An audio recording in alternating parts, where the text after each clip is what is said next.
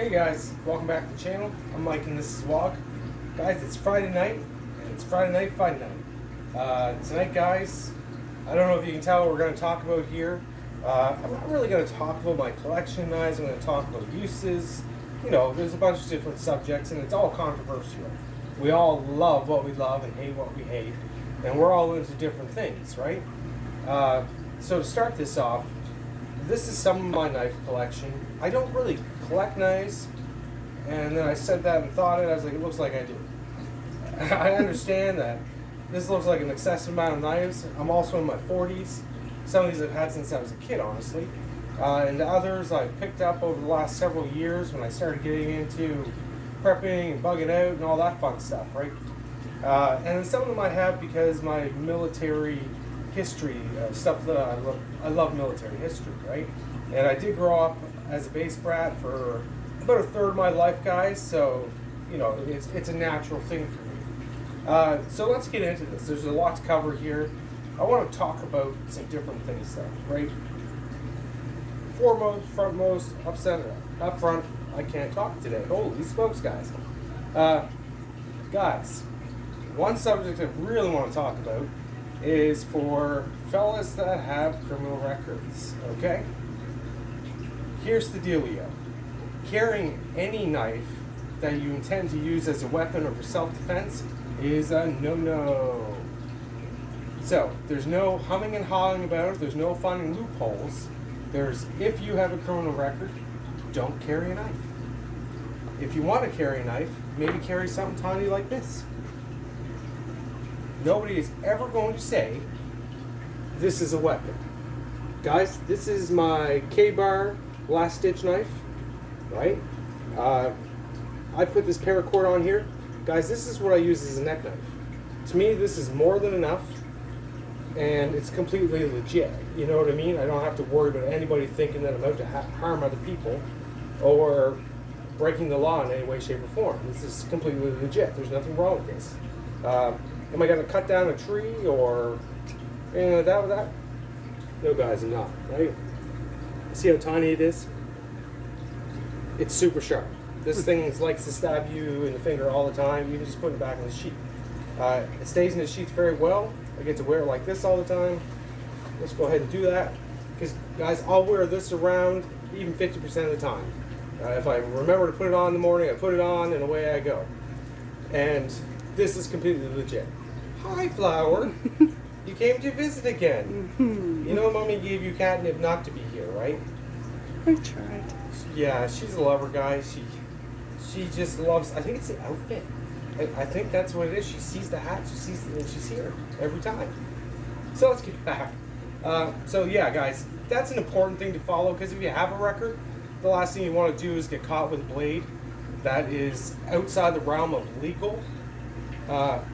So that being said, guys, let's just say I have a record.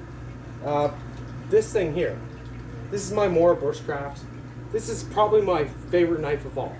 And I know you're all going like, well, there's some cool looking stuff on that table. I agree. Who doesn't want to look like a fucking ninja, right? I do.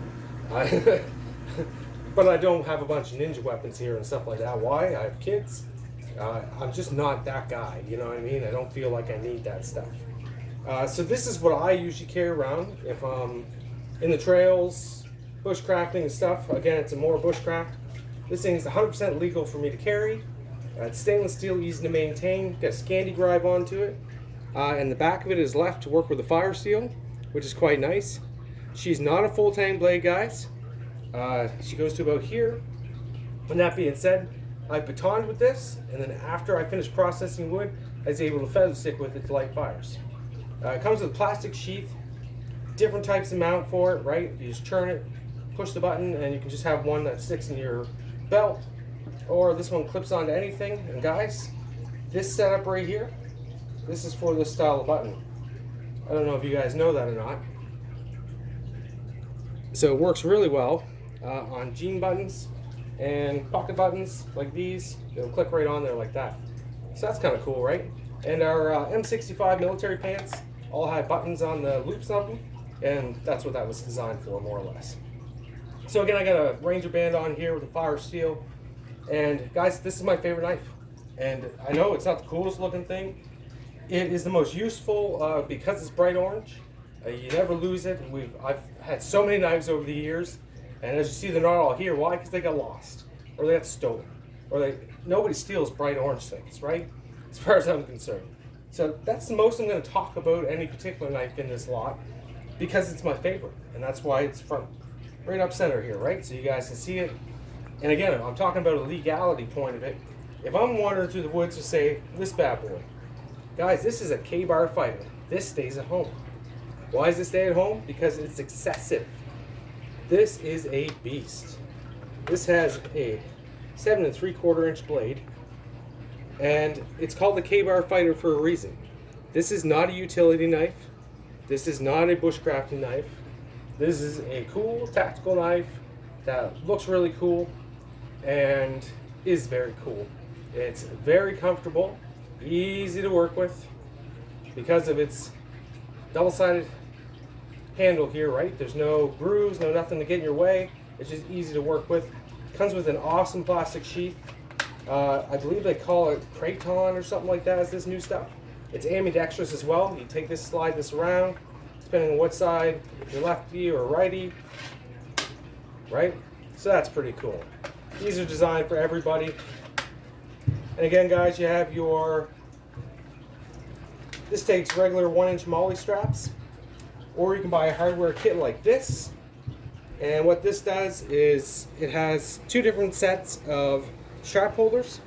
So if you want to vertically mount it on your back, like that, to be a real cool guy, or if you want to attach it onto your vest this way, it's designed to be like that.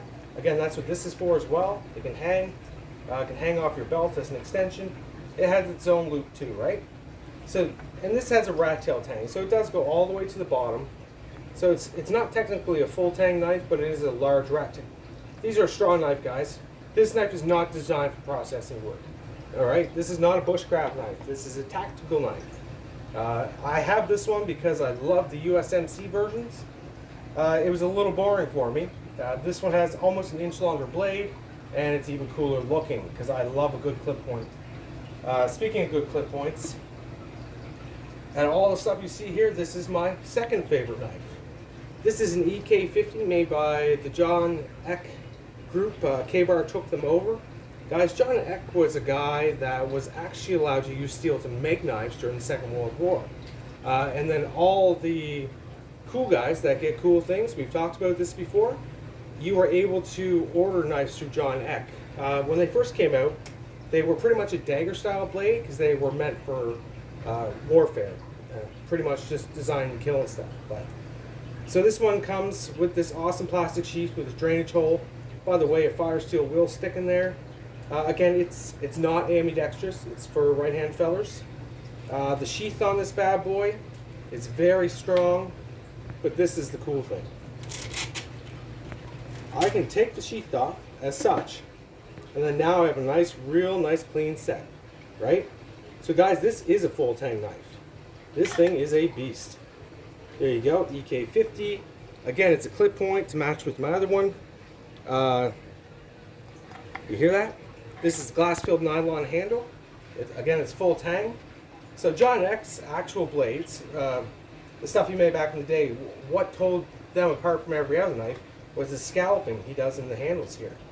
So K-Bar went ahead and mimicked that. A lot of the K-Bars will have a pommel on the end as such for whacking people with, more or less. So guys, this is legal. I could carry this around if I wanted to. Do I want to? No, because it looks like I'm up to no good with something like this, doesn't it? Like, let's just be honest with ourselves here. If I'm wandering around with a knife like this strapped to my back or hidden on my person somewhere, it kind of looks like I'm up to no good. I think it does. And I think the whole idea is to make it look like you're not up to no good, right? Because we're bushcrafting, we're survivalists, we're not tactical, right? But this is tactical. Honestly, this little bad boy's sick. This is my best knife. So I have a K-Bar adapter, a Molly K-Bar adapter. Allows me to hook this to my knife, my vest just like that. It never comes out, and it's in a beautiful spot, right? So this is one of my favorites. It's a pretty cool knife, right? And again, these are kind of collector's items as well. So they go right along with my K-bar. This is my K-bar family, as I like to call it. Moving on, guys. You gotta love that stuff. So this stuff's more on the high end. We know that. Now, it's not a high-end, custom-made Damascus steel. I don't know why you would want a beautiful knife like that that's supposed to be a work of art, that's supposed to sit up to be shown to everybody, wandering around the woods with it. Just to mark it all up and darken it all up. I know knives are meant to be used, but the kind of money people spend on these custom knives, it really blows my mind sometimes. But some of them are pretty freaking cool, right? On the more low end, guys, this is a Gerber Ultimate Survival Knife. Again, this has a lot of really cool features, and as far as a lot of this stuff goes, this is probably one of your better budget options as far as knives go. Why? Well, it's got a good blade. Pretty cool, right? Good size. It's legal beagle here. You got some serrations. It works with a fire steel. Again, you can see that that's like that. And this, guys, is a fire steel. On the end here, you pull that out. You get a nice little fire steel. It has lashing points for making a spear out of it. It has a hammer end with a lanyard hole. And it's been knurled. That's called knurled. And so, yeah, this is good for a lot of different things. One of the disappointments of this knife is that it's not a full-tang knife. Now, it looks like this is a single piece to here, right? I don't know why, but for some reason this piece goes this far, and the blade comes down here in a rat tail design. Now, they're said it's for when you're banging on things with the pommel, you don't feel it all the way through the knife. I think they were just cheaping out. Just calling them out on that. What else makes this knife cool? It's molly mountable. It can be mounted to a belt too, right? You got a belt loop there, you got molly straps there. You undo this, guys, and you got a sharpener on the back. So you just put a nice little edge on your blade there. And again, this unvelcros, and you can just have the sheath, the blade, and the sharpener and that, just as that, right? So that's kind of cool too. So as far as budget options go, and guys, Gerber blades are a legendary thing, but nowadays Fiskars own them. We know that, right? And Fiskars is a great company. I have several of their products. I prefer using them because of their composite materials. Like, you got to shoot them with a shotgun, the hatches and stuff, the axes. So that says a lot. But on the other hand, they're gimmicky.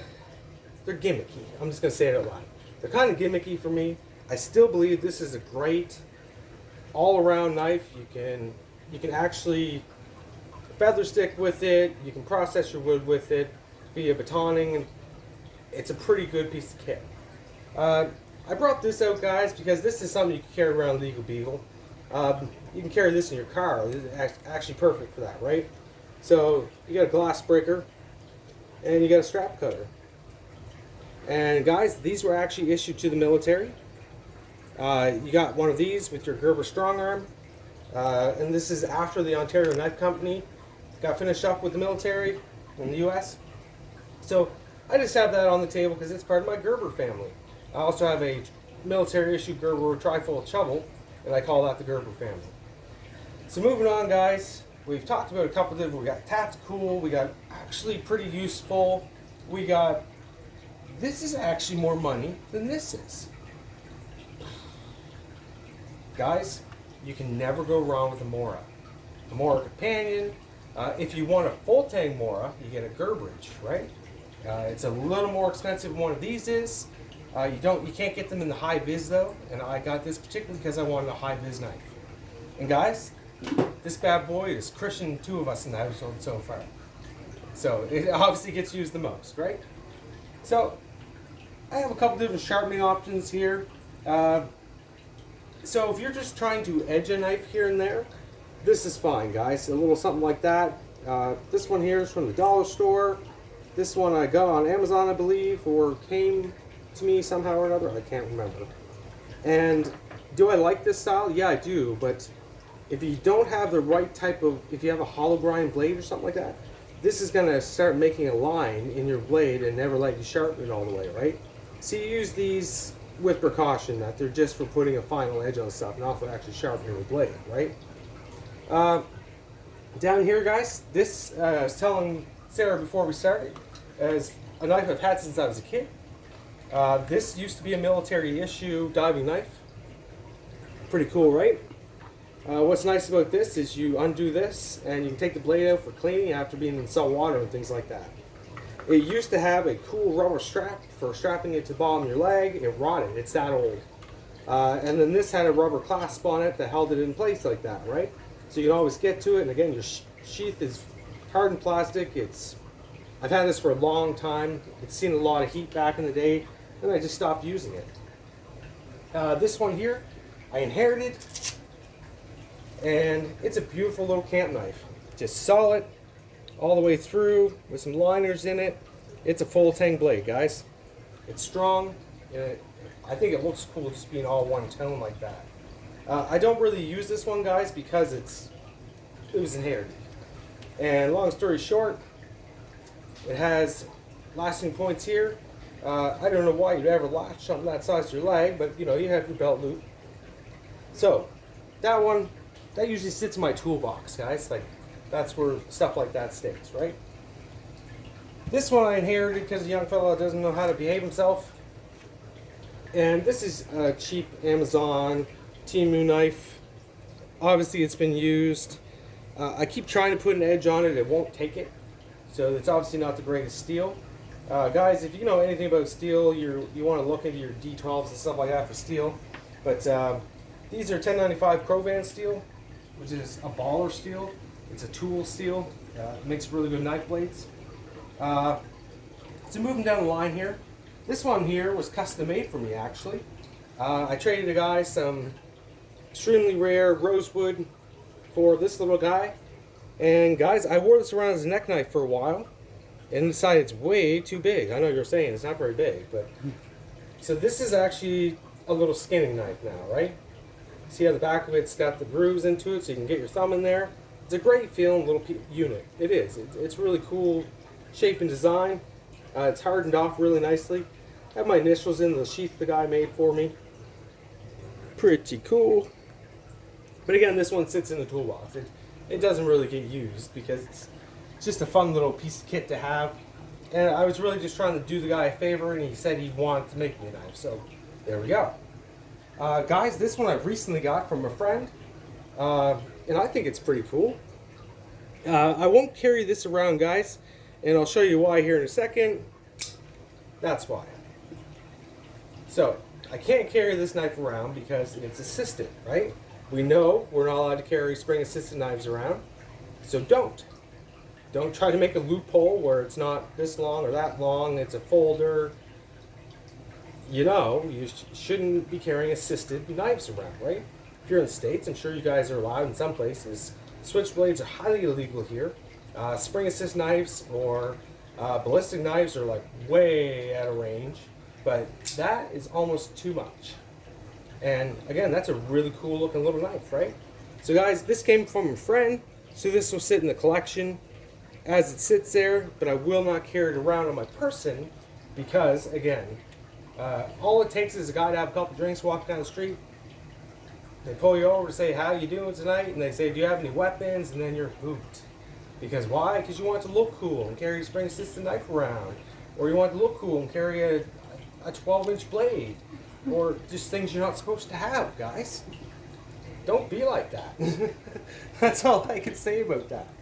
Guys, this is just a multi-tool I've had for a long time. It has a blade in it, that's why it's here. Guys, this one I got from a company when I was back in the Fort McMurray. It was from a drilling rig. So this is like one of those advertisement knives, right? I really like this. I carried this one around for a long time. It's small. It's got a nice pocket clip onto it. And I can move it with my thumb really easily. But it's not assisted in any way, shape, or form. It has a nice lock. And I like this Tonto style blade. And this one does take on a really nice edge. As you can see, it's on there now. So yeah, and it's a skeleton handle, so it's really, really light. So this is one of my ones I actually will carry around because there's nothing illegal or wrong about that, right? You see it's quite small, right? And it looks cool with its woodland or its pattern in there, its camouflage, right? But again, that to me is all I need in this world for a knife. You guys are saying bigger, bigger, bigger. I know. If you want to carry your basic folder knife, guys, these are both Swiss Army knives. Guys, this one you've seen, I carry this in my IFAC kit because it's never been really used for much. And honestly, just because it's only a blade, it kind of works for that situation. Whereas this is the most useful knife in the world. We all know the Swiss Army is the most useful knife in the world. You can get them up to this damn thick, right? So this is a Scout, I believe. And I have all the pieces in it. If you're going to carry a knife for general purpose, guys, there it is. That's the knife a fellow should have in his pocket. That is a pocket knife. I had an US knife here. If you guys don't know what an US knife is, again, I'm into military surplus, guys. An US knife is it's a US knife.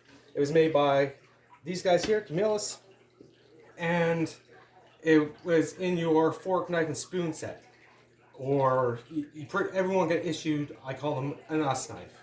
And I had one, but I gave it to someone really close for a good reason. And I'll have to pick another one off sometime because they're pretty much a Swiss Army knife. They have a few different functions, but they're not as capable as that Swiss Army knife is.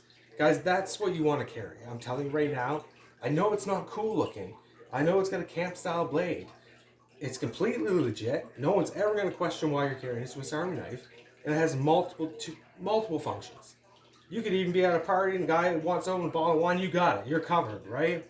No wine opener, you're good. You can do it, right? It's got a bottle opener, pop them sealed caps on, right? Honestly, guys, if I had to carry something on a regular, it'd probably be that. But I use this because I don't like having things in my pockets and stuff, honestly. I do enjoy this. It doesn't bother me in any way, shape, or form. Guys down here, these are some Temu purchases. And yes, they are Gerber Strong Arm ripoffs. So, I've used these, and they work actually really well, and they will take an edge, as you can see. They take an edge, and they're okay at keeping the edge. And it's a full tang knife all the way to the bottom. Bit of a glass breaker on the bottom there, which is kind of nice. They're very comfortable, like honestly. Between these little grab handles and stuff here, like it feels really good in my hand, right? And the sheaths on these things are amazing, guys. I've often thought about getting a strong arm just because of how cool these sheaths are. So, several functions to these sheaths. And if you've ever seen a strong arm, you know. So right here, you have your horizontal mount belt clip, right? Well, you pull this pin out, and you take that off all the way together, and then the spots that this fit inside MOLLE straps. So you can take this and mount it like that to anything that has straps in it. So most book bags, right? You can also get rid of this whole unit here. You can set this unit up in 3 different ways, honestly. Just some buttons, comes out of there, and away you go. So I have 2 of them because I have an air environment kit, and I have a kit for my better half here. And these are kind of what I want to put with those kits, just to make them look cool.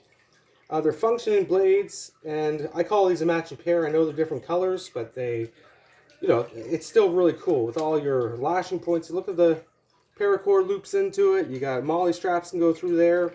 They're just really functional and cheap. I think each of these was under $20. How can you go wrong, right? Are you going to use this like a Gerber Strong Arm? No, you're not. You're not going to be batoning with this knife or anything like that. But if you want a functioning fixed blade on the cheap, why not? That's what I say, right? Over here, guys, this is a Rothko Bushmaster. This is your cheap basic machete. You can wrap this around a tree and then bend it back into shape. I have a little Ranger band on here to give it a little more comfort, take some of the shock out of it. Has a sharpener on the sheath. This is an aftermarket sheath from Rothko as well. Guys, in here, this is an M16 carbine pouch.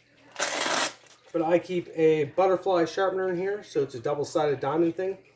And I keep a rag in a bag that has oil on it for keeping this sucker oiled up, so she don't rust all the pieces.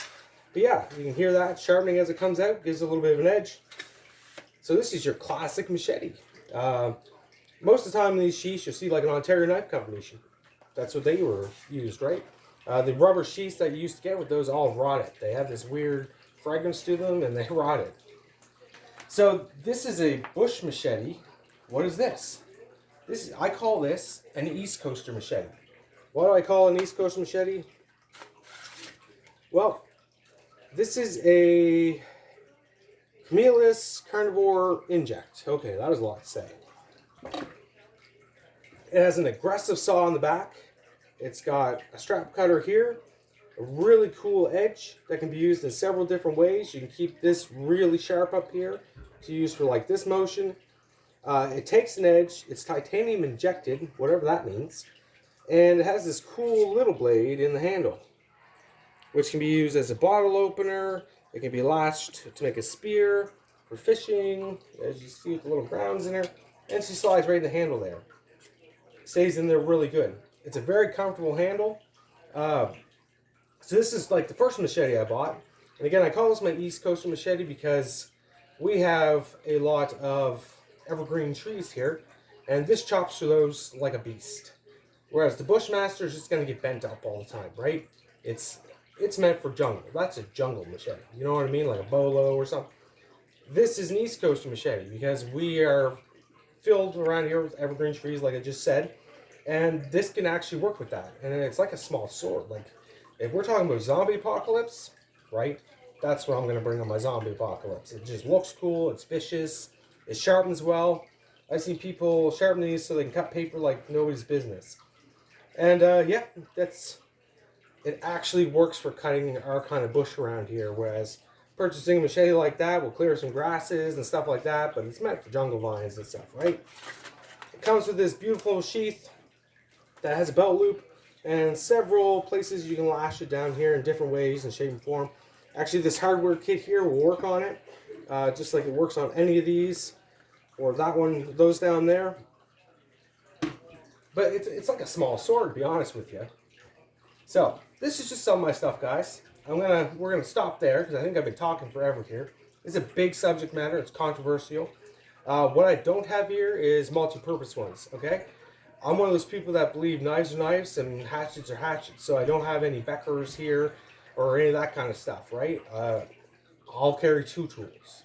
My knife is a knife, and I'm going to use it for knife things. And hatchet's a hatchet, and I'm going to use it for processing wood and stuff for the most part.